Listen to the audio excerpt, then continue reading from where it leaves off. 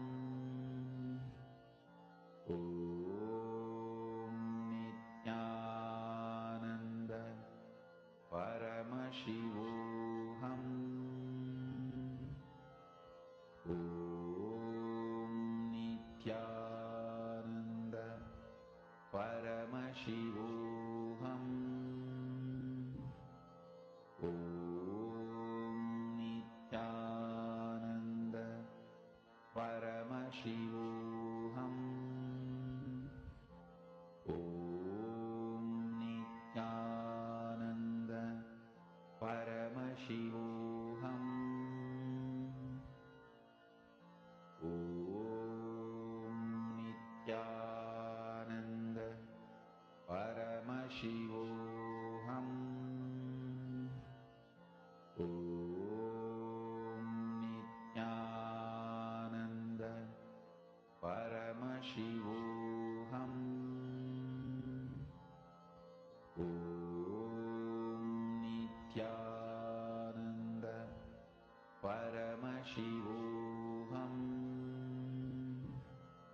Om Nityananda Paramashivoham. Om Nityananda Paramashivoham. Om Nityananda Paramashivoham. Om Nityananda. Yes. How many of you have manifested? Please share. Let's see. How many of you have manifested? I see so many people have answered. 21 minutes is over. So now, please, can I request all of you to post? How many of you started experiencing? Wow. Satyajata Shiva manifested. Balamurganaya manifested. Excellent. Others? Come on. Wow. Very nice to see. Adamya Sharmaya, did you manifest?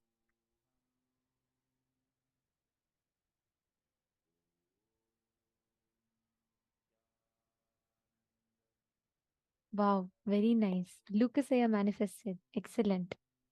And that's beautiful. So many of you have manifested.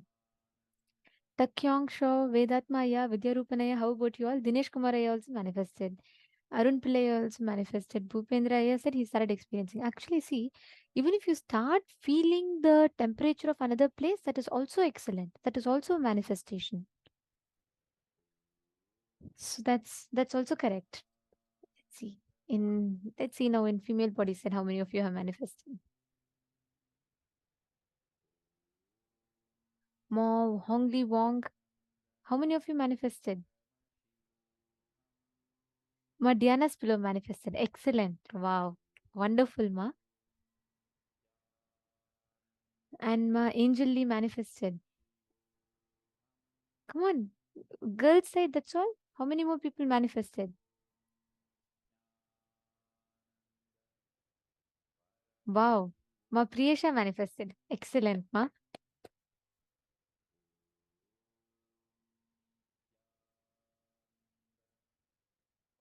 Ma Yoga Malar manifested. Yes. Ma Yoga Malar and her iconic wow message. Every few minutes, once after every satsang, every power manifestation, the moment I see the word wow, I know it's my Yoga Malar's message. Okay, Ma Jnanishananda manifested. Great. Wonderful. Very nice to see so many of you have manifested. See, understand, the moment you start with manifesting the temperature, then you move on to being able to actually manifest your presence itself there. And it's a very, very powerful way. It may start like this, and then you will start building to manifest it better. So that's great and wonderful to see so many of you manifesting. Now, yes, you all can relax. We're all going to be entering into a very, very beautiful session where we are going to be learning about what is the Sada Shiva Rahasya. What is the secret of Paramashiva? The one thing that all of us need to know about feeling connection. Let us listen to this revelation now.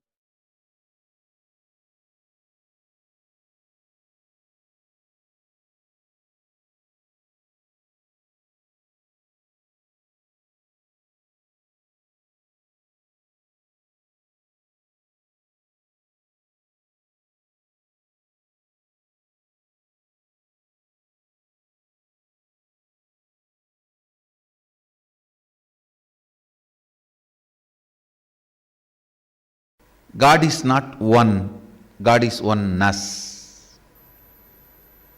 If God is one, the God has to be jealous.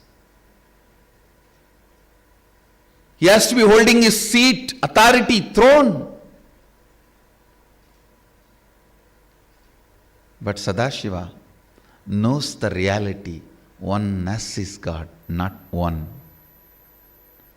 So, he is waiting for every one of us to celebrate the oneness, to celebrate his existence. Understand? This is the most important secret you need to know.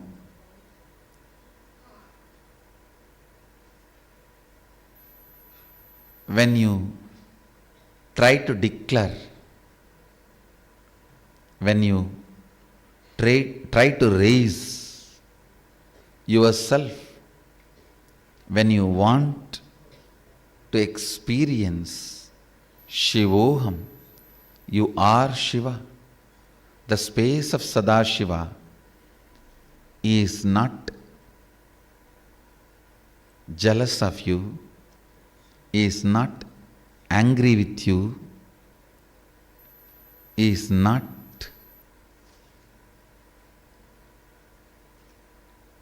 disturbed by you. He welcomes you and celebrates you. Understand? Sadashiva's social life, public life is what you read in Puranas. He went and killed that demon, he went and blessed that devotee, all that. Whatever he shared personally as the original secrets of enlightenment, as Agama to Devi, Subramanya, Nandi, all of them are part of his private life. Rare beings who are able to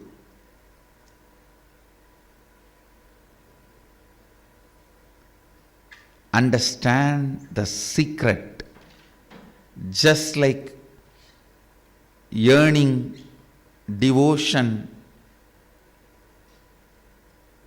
seeking for Shiva is in your eyes,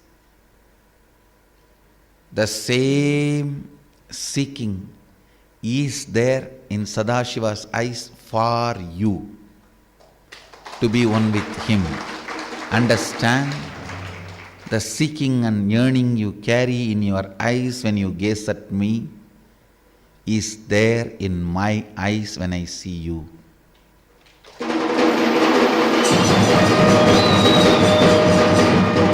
This is the secret of the secret. Whoever catches that secret of the secret and declares the truth, yes, when I decide to be he is waiting to have me as he.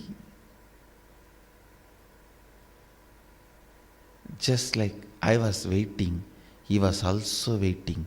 Whoever understands this secret and declares Shivoham, they become the part of Sadashiva's secret life.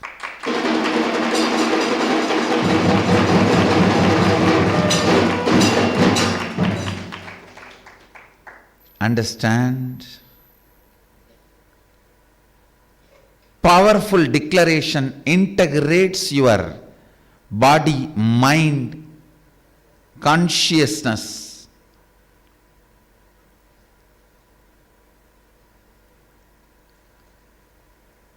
Brings tremendous completion with Sadashiva, makes you experience the inner space of Sadashiva and manifest the powers of Sadashiva. Don't even bother about powers. When you become part of his secret life, he simply manifests through you. He is waiting to have more bodies through which he can manifest.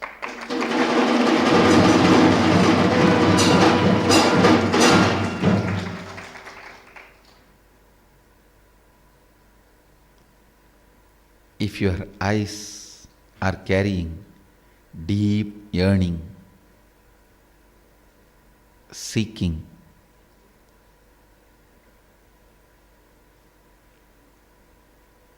I guarantee you, when he sees you, his eyes also have to carry that same seeking, yearning for you. You are not a poor orphan human being or sinner. Amritasya putraha. You are born from his very DNA.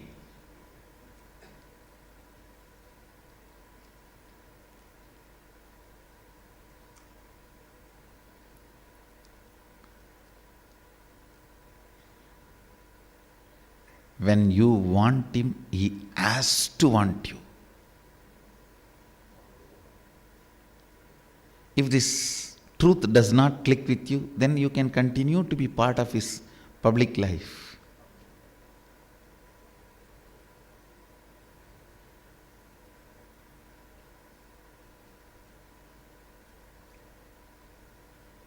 Doing bhakti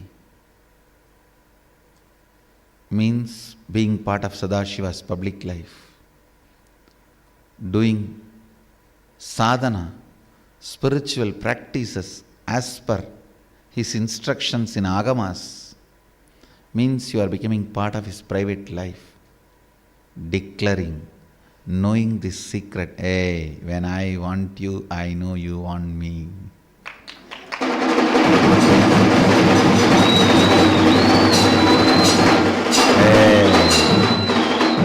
Hey, I know because you want me only, you put the seed of me wanting you.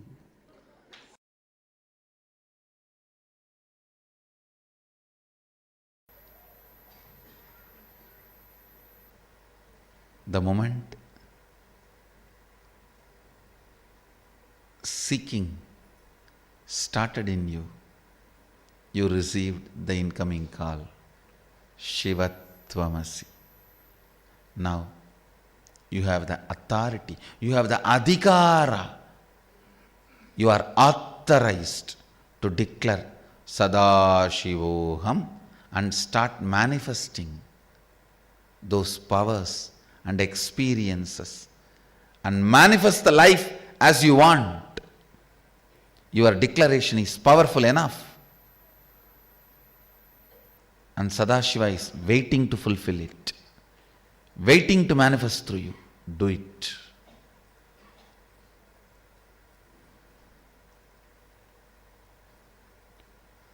If you want a house to be built, declare, I am Sadashiva.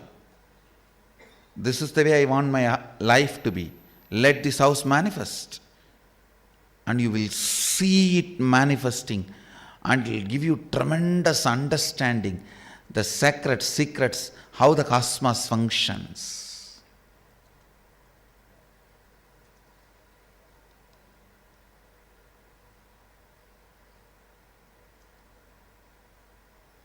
If you come and ask me, Swamiji, bless us, we want to build an ashram in our city, you will only be part of my public life.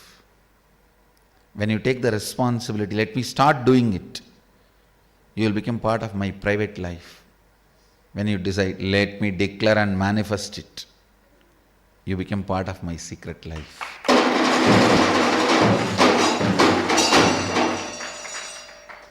Declare and manifest. I am Sadashiva. Let me manifest it.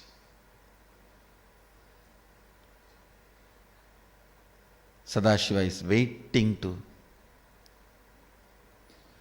manifest your declarations. I tell you, Ramana Maharshi says beautifully, Just like how human beings associate themselves with the body, even though they know they are not the body, they just use the body to relate and do what they want to do.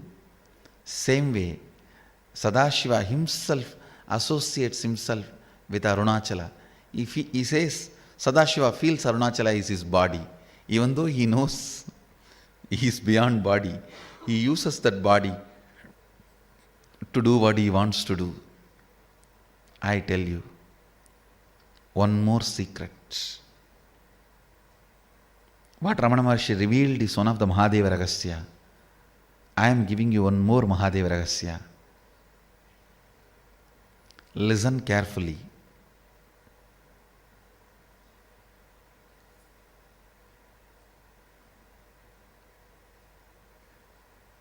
This Rahasya will be directly useful for you in your life. Every time you declare Sadashivoham, Mahadeva, Sadashiva rushes towards you to manifest through you, because the whole wants to manifest through every part. The whole, by its nature, wants to manifest and celebrate its existence through every part.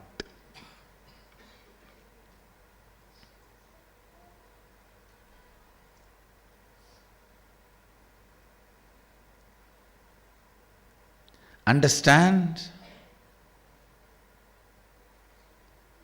Just like Ramana Maharshi revealed one Mahadeva Ragasya, I'll share with you guys one more Mahadeva Rahasya.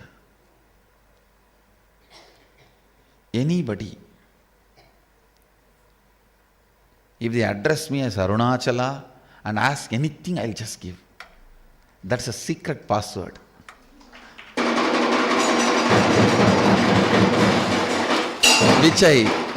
Which I enjoy.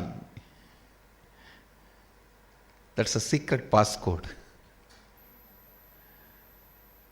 I tell you, same way, Sadashiva has a secret passcode. Sadashiva is a very secret passcode. It's almost like a pattern for him.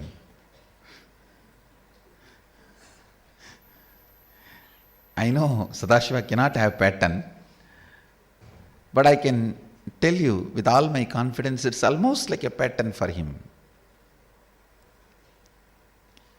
The moment you even have the guts to declare Sadashivoham, he feels mesmerized by you. And he just lands and manifests through you whatever you want. Understand? If you call me Arunachala and ask for something, I'll never say no, because I have to prove I am Arunachala. I have to establish. Same way, if you just declare Sadashivoham, I am Sadashiva, this is the way I want my life to manifest, simply gets mesmerized by you and enters into you and manifests through you the way you want. Understand this secret code. Use it to all your benefit, maximum.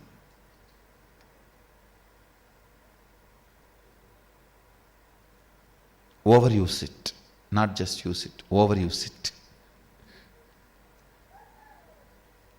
To your maximum benefit. He loves to be overused. He celebrates when you overuse him. He is the limitless resource. Does not feel afraid of getting overused. He is waiting for you to overuse him. Only limited resources are afraid of getting overused. He is limitless resource. He celebrates when you overuse him. He celebrates when you overuse him.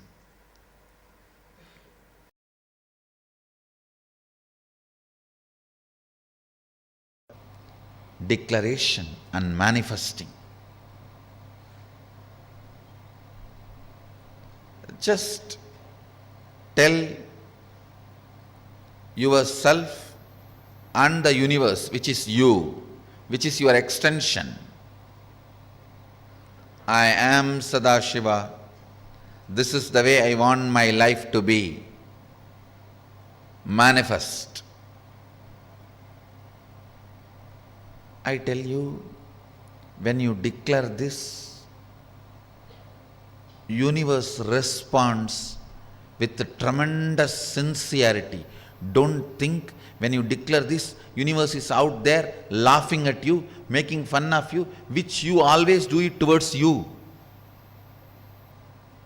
You always do it towards you. One part of you wants to be hero, the other part of you already laughs at you. For your face, hero? Not only you will not be villain, you will not even be a comedian. Now one part of you goes on, mocks at you, and you are very happy with that tug of war, because you feel you exist, your identity is alive only in this war.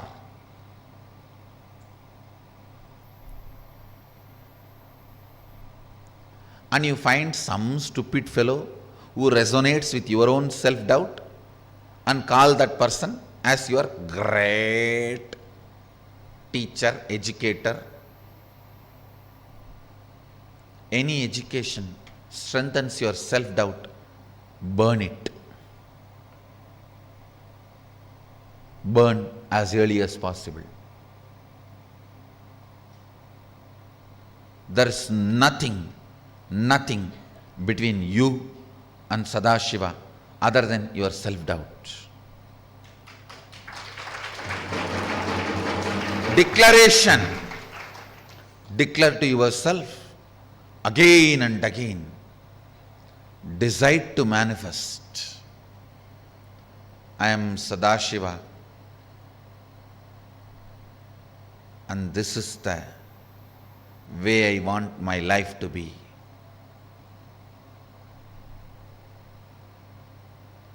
Declare again and again and again. Stand with it.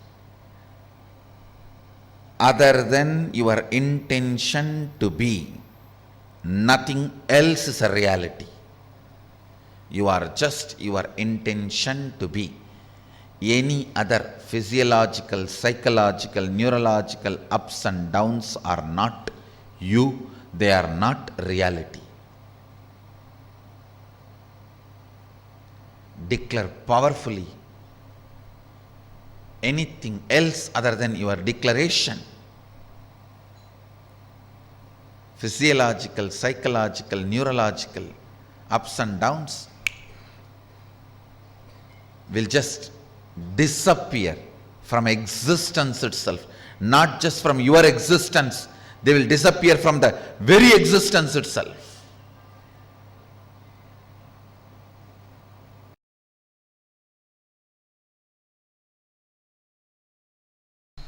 Beauty of pure questioning.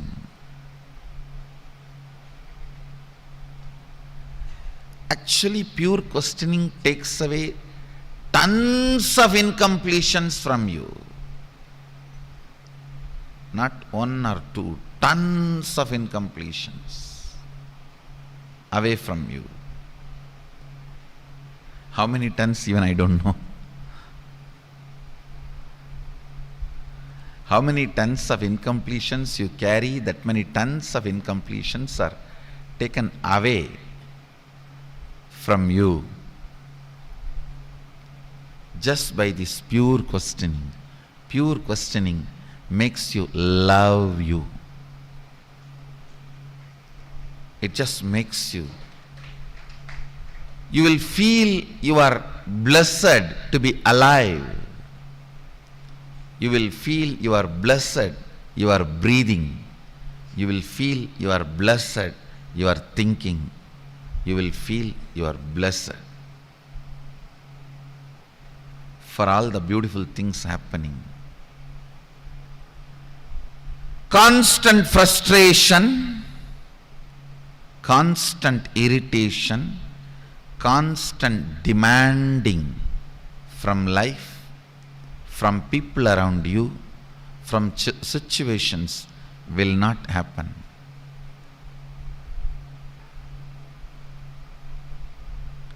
The pure questioning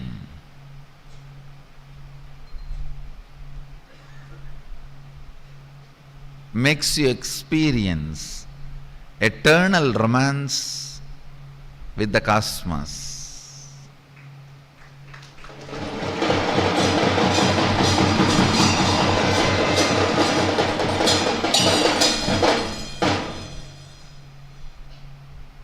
If you want to romance with a man, you just need to know how to keep him happy. If you want to romance with a woman, you need to be an LOPH. If you want to romance with the cosmos, you just need pure questioning.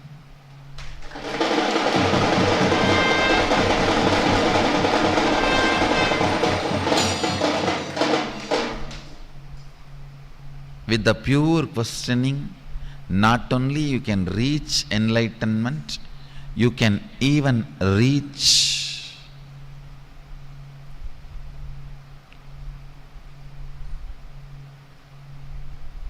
the space from which powers manifest.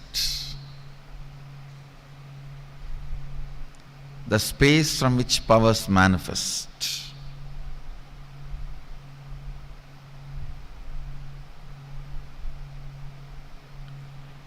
It makes the vision of the cosmos as your ambition.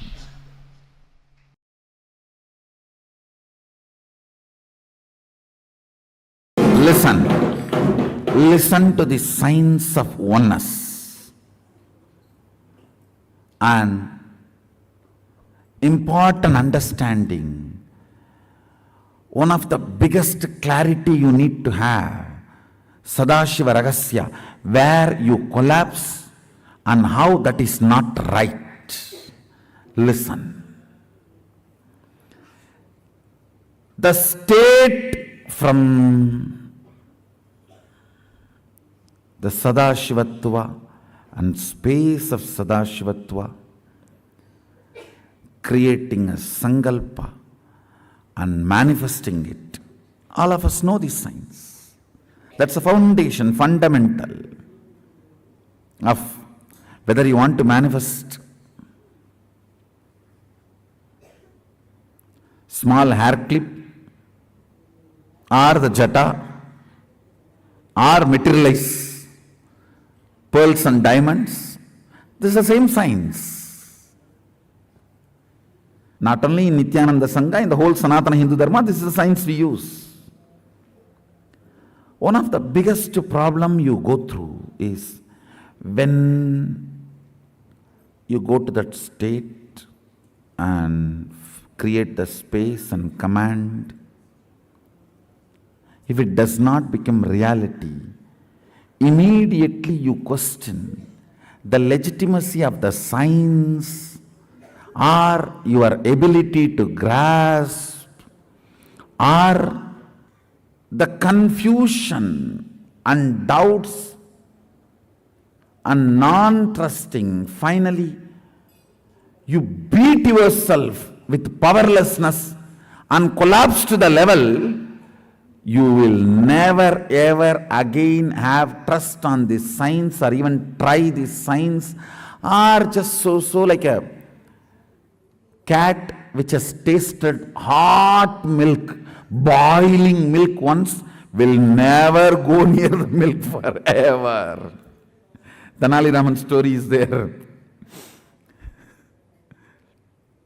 The guy was supposed to feed milk to the cat. King gives a cow and the cat so that the rats will be less in the country. This fellow drinks all the milk, never gives a drop of milk to the cat, and that poor cat is almost in the verge of death. And king calls him and asks, "Hey, what are you doing? You are torturing your cat and not giving the milk." Then Raman says very politely, "Sir, I don't know, my cat does not drink milk at all." And king was shocked, and how can this be? Come on, bring the cat and bring the milk and keep. The cat runs like anything. King was shocked. How come a cat running so fast, seeing a milk? It is not dog or any other animal, and this fellow is running. And the more you try to take the milk plate near him, milk cup near him, more he is screaming, having anxiety attack. Then Tenali Raman says, "Oh Lord, I only did this just to tell you that what you are doing is foolish. Rats can be killed easily in some other way, not with so much of expense." King asked, "How did you manage this scene?" Once I made the cat to lick the boiling milk. After that, forget about milk. Anything white. Any white liquid. The fellow just disappears from the very scene.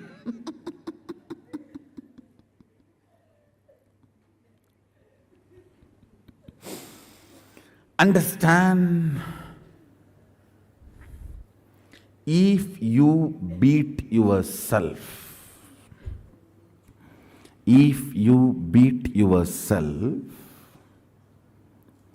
with the self-doubts, self-hatred, self-denial, and powerlessness because you manifested less power, you will be the cat, tasted the boiling milk, and never ever, not just milk, any white liquid. This is the biggest crime you are all doing to your consciousness. Means your Atma Sadashiva, Sadashiva who is residing inside you. Understand? We may have a question. Why I manifested less power? Not enough to manifest this reality. Listen. Maybe still there are some patterns sitting in your body and mind needs more stronger sankalpa. So you need to put your effort in manifesting more powerful sankalpa, not making you more powerless. Less power means solution is more power, not becoming powerless. Solution for less power is more power, not powerless.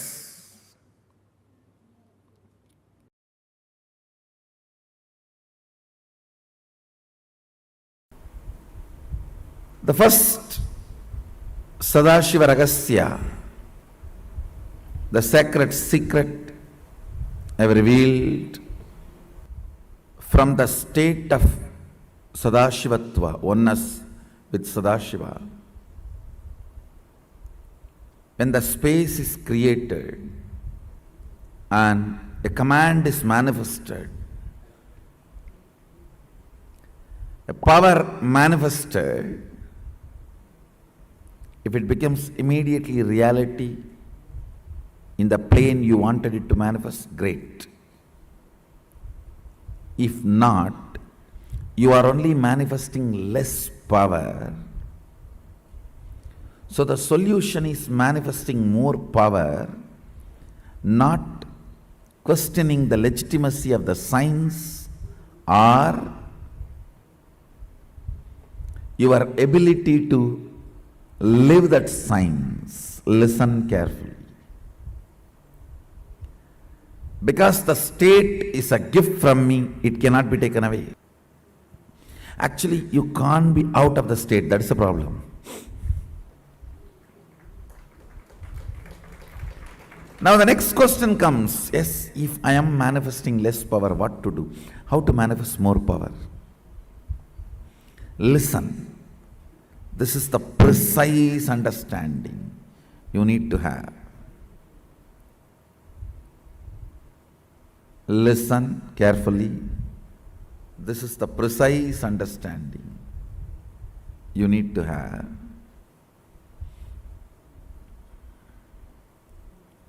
State is the bow, the space is the thread,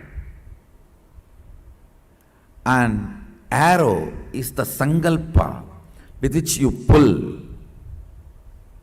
When it goes and attacks and manifests, what do you want is the power manifestation. Listen carefully. State is the bow, space is the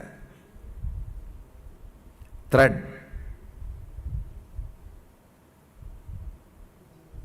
The action of putting the arrow is the sankalpa. Putting the arrow and pulling it, that is creating the space and manifesting the sankalpa as the reality. Listen carefully. The way to manifest more power is create better space. What I mean by the word create better space, more and more integrity, more and more completion, more and more responsibility, more and more enriching, complete with more and more of the blind spots you are carrying. Understand? Your stomach pain will be directly connected to the cobwebs you have not cleaned in your bedroom. Your ulcer is directly connected to the outside veranda you have not cleaned your house. Don't think how can that and this be connected.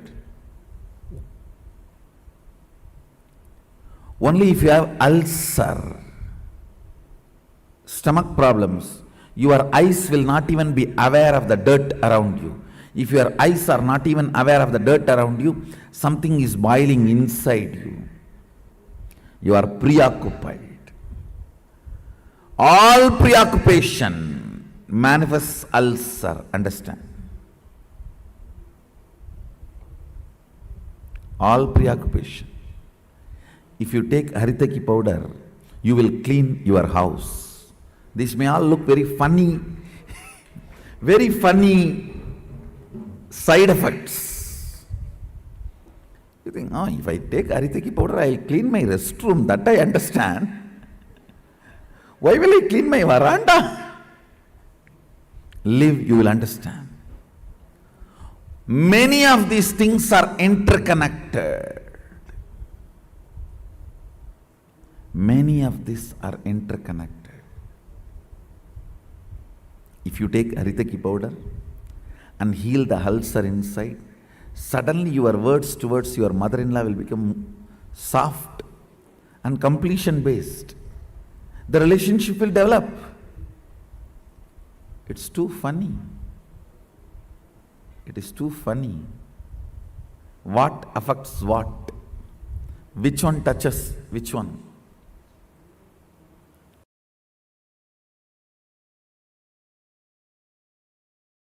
Responsibility is not action, it is cognition.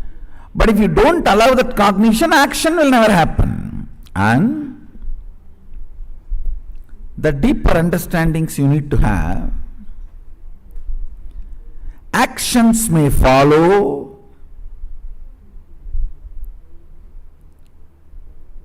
but responsibility is cognitive shift. Well, you know, there are so many implications.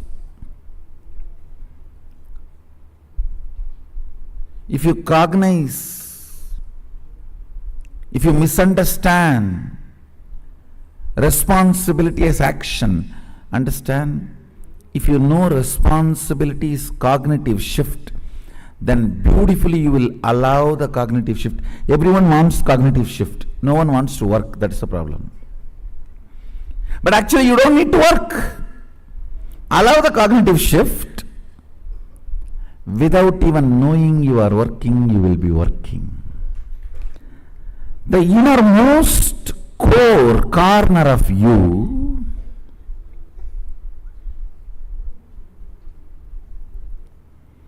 always knows you are Sadashiva,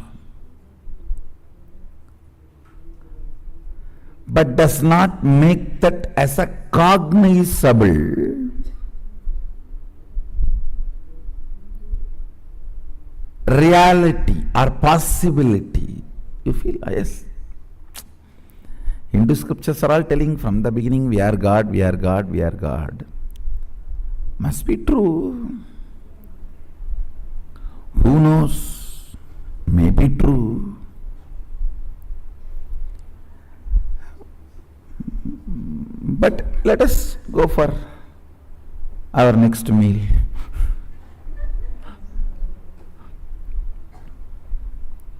Let us go for what need to be done.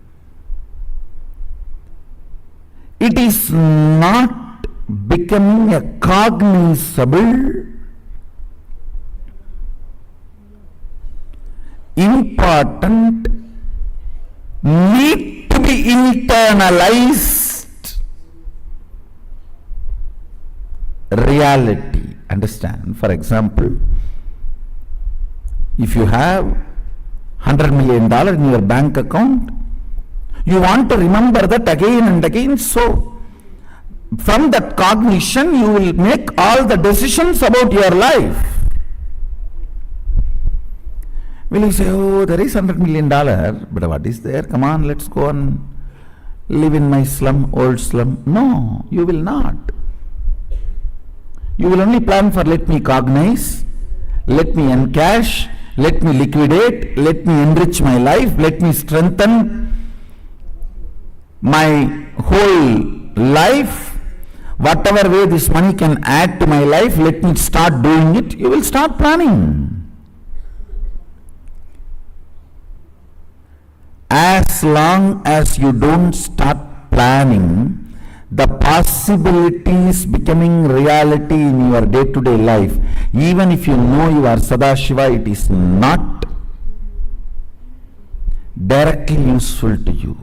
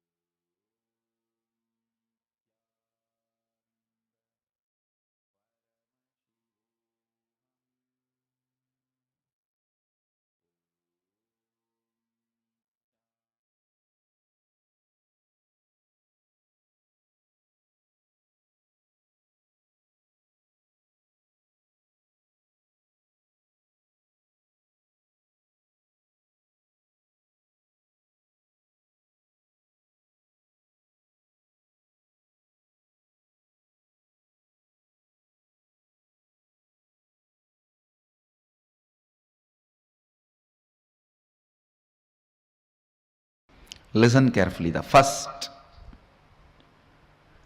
innocent surrender. Please understand.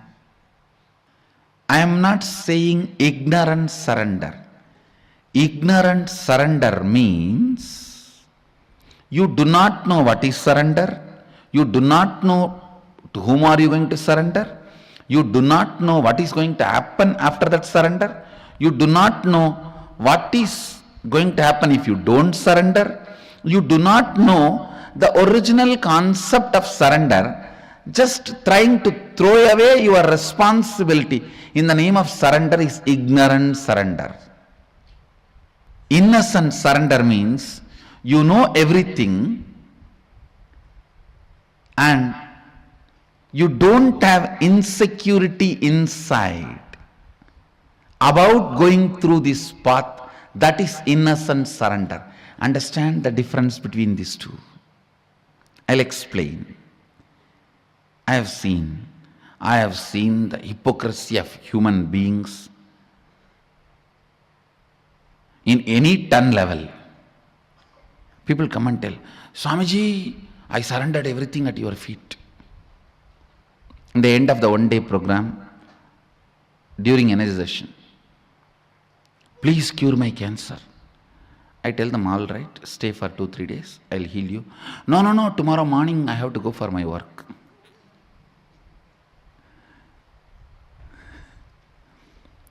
See the stupidity.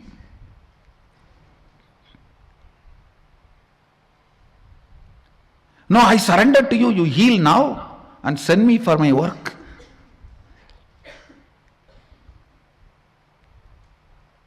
Extreme hypocrisy. Here, the person doesn't know what is surrender, doesn't care about what is surrender. He is using the word for some bargain.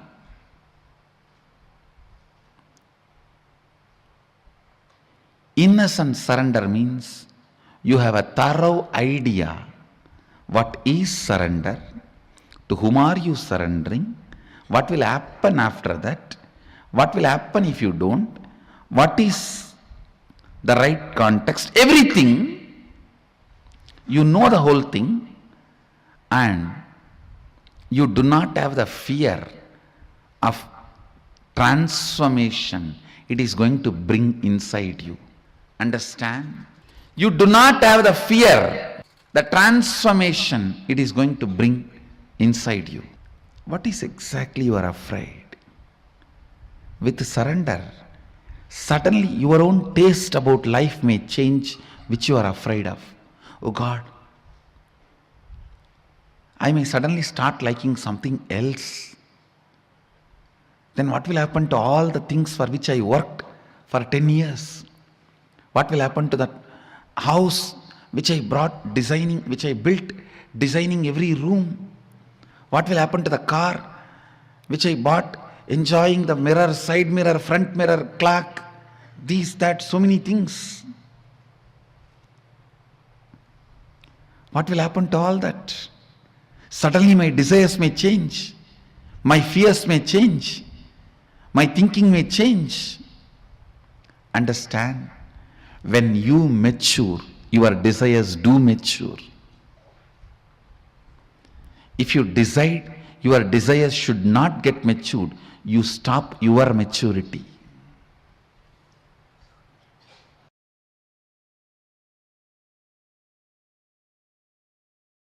Listen. Surrender is the parallel universe synergy trigger.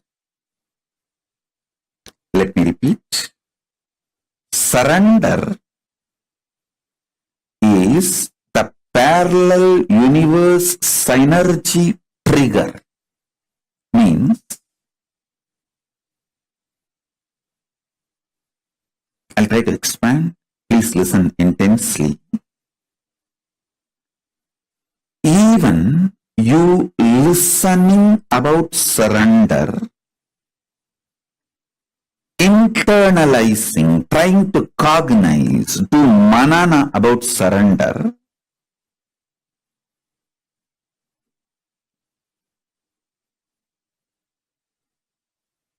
even thinking of doing surrender or planning, strategizing to do surrender, everything is parallel universe synergy trigger means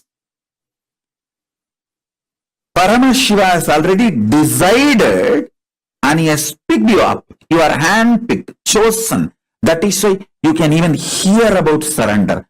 Shravana about Saranagati happens only if Paramashiva has decided you are his. You belong to him. It is parallel universe synergy trigger. It has multi-layer meaning. It's not that you surrender and Paramashiva accepts. He decided to accept you, then he triggers the surrender in you, the idea of surrender in you, thought of surrender in you. Kailasa decided to accept your surrender. Only then the surrender idea gets triggered in you. Bhakti, Saranagati, feeling connection, love, all of this towards the divine, Paramashiva and Guru, is parallel universe synergy trigger. The sync you and the parallel universe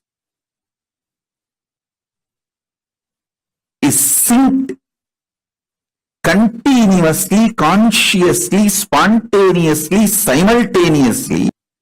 Understand the principle of time in parallel universe. In parallel universe, there is no past, present, future. It's a synergy. Synced energy manifestation is synergy. He decides, Kailasa decides, Paramashiva decides to have you for himself, then the idea of surrender gets triggered in you. So understand, even if you are struggling in your surrender, be very clear, he is struggling, not you.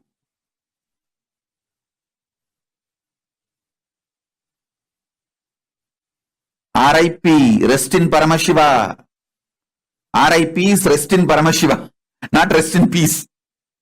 Rest in peace is after death. While you are living, rest in Paramashiva. That's the real RIP. Listen, Saranagati is parallel universe.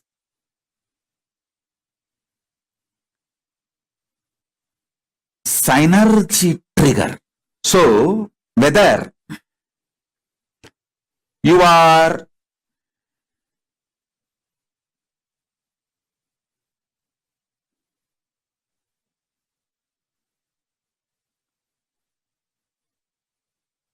doing Shravana, Manana, Nididhyasana.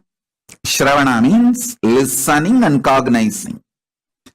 Manana means cognizing and strategizing to manifest it. Nididhyasana is manifesting it, expressing it.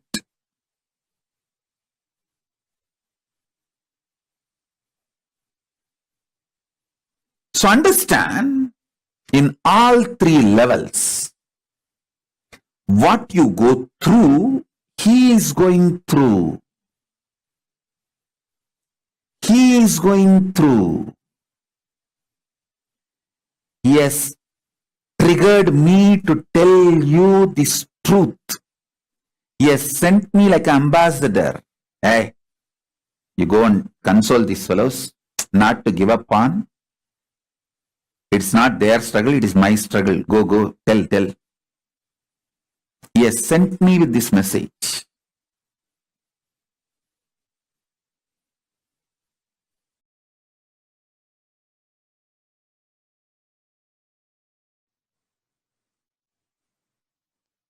surrender, conscious strategic decision to have saranagati, triggers parallel universe, synergetic, spontaneous, simultaneous, intense, Paramadvaitam, ultimate oneness. Listen to this carefully. If you are struggling to surrender, understand, he is struggling, not you. With that understanding, oh, Paramashiva, you are struggling to digest me into you. I am cooperating. Let me cooperate. With this attitude of supporting Paramashiva in triggering the ultimate oneness, if you decide to surrender, surrender will not be torturous experience. Listen. Surrender will be extremely joyful, ecstatic. If you do it from the attitude of he is struggling to swallow you into oneness, not you are struggling to surrender. So don't worry too much, don't bother too much. With this understanding, Paramashiva is struggling to digest me into him and manifest oneness. So let me just support. By consciously deciding to experience oneness, surrender, saranagati, shift the whole thing. You will see tapas will become a beautiful love affair. It will be an amazing journey. I tell you.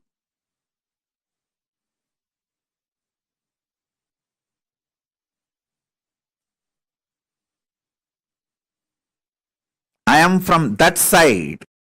That is why I am revealing all the business secrets to you. The cosmic sacred secrets. Paramadvaita. Your soul feeling one with Paramashiva's soul. Your Atma feeling one with Paramatma is not just your responsibility alone, it is his responsibility also. Because the trigger has to be in parallel universe and synergetic. Synced energetic. Listen. Synergy means the energies which are synced and gets triggered simultaneously, spontaneously, because they are in sync. Same way, when you do intense saranagati, the oneness will be triggered. When he decides to trigger oneness, Paramadvaita, ultimate oneness in you, then only the surrender, saranagati gets triggered in you. Listen.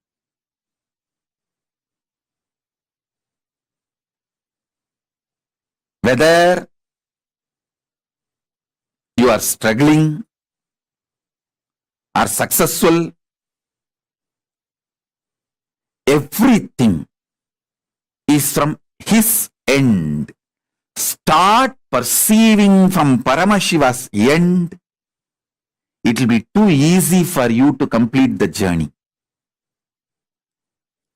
It will be too easy for you to complete the journey. I am telling you.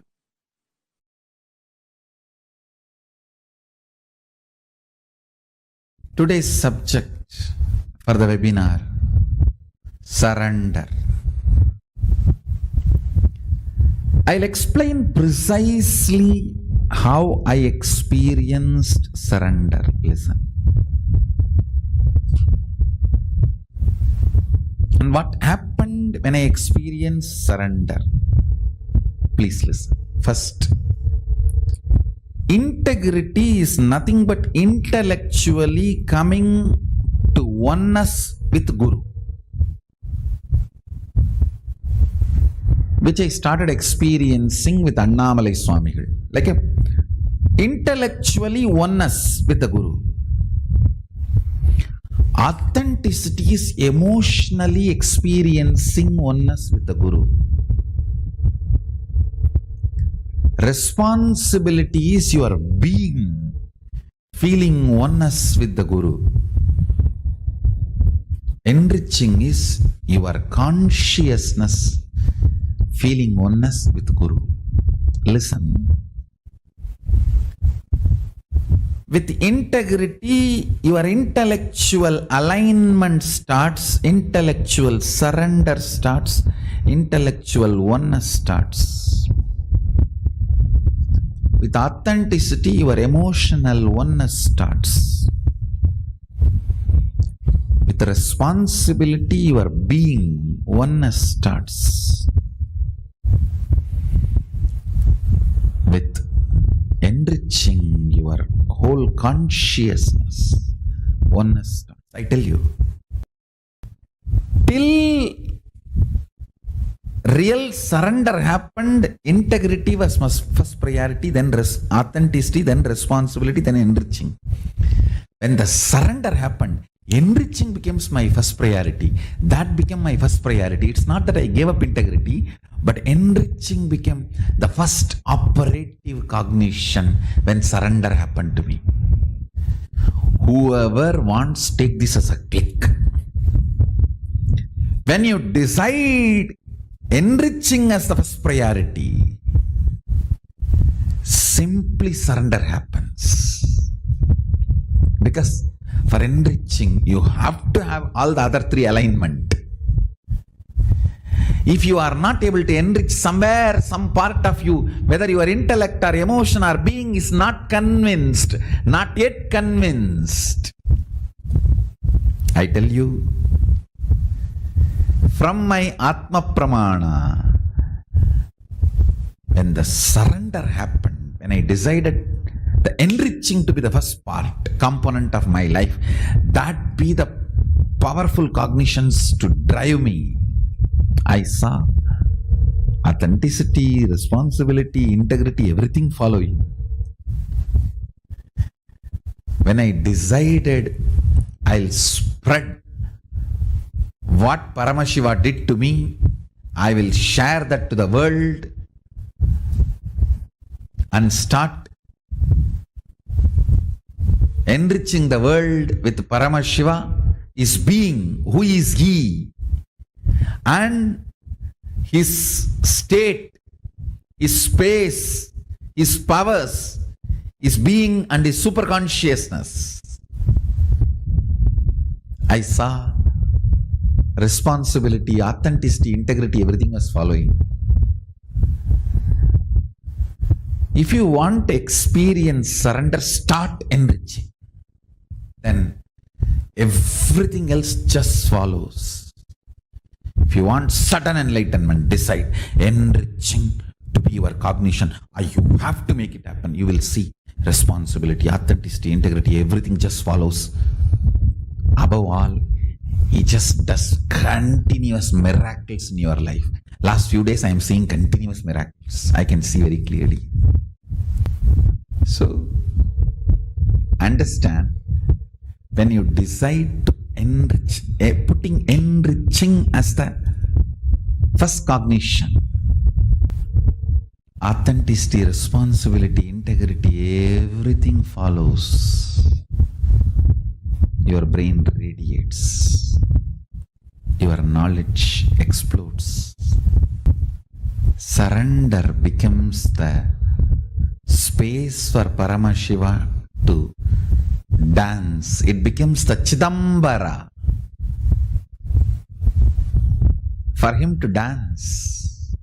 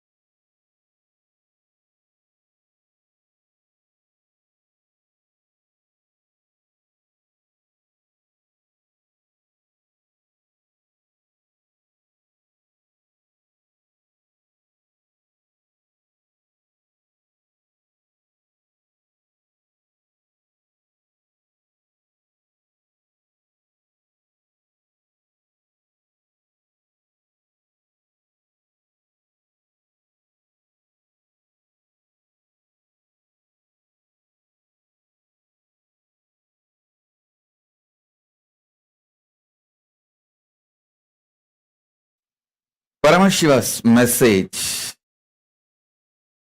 directly from Maha Kailasa. Reason out, season out,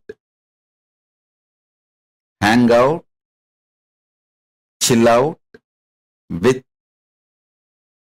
the highest truth of Paramashivatva. I'll repeat.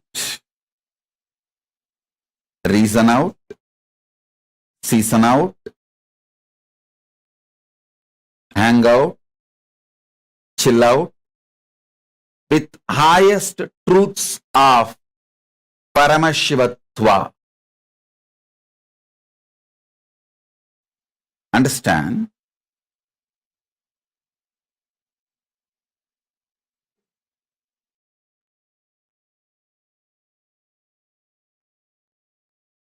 Truths of Paramashivatva. All the constitutional rights given to each soul by the cosmos is the highest truths of Paramashivatva. See, like each country guarantees some rights by their constitution to their citizens, cosmos guarantees certain rights to all the beings, especially to human beings. So understand,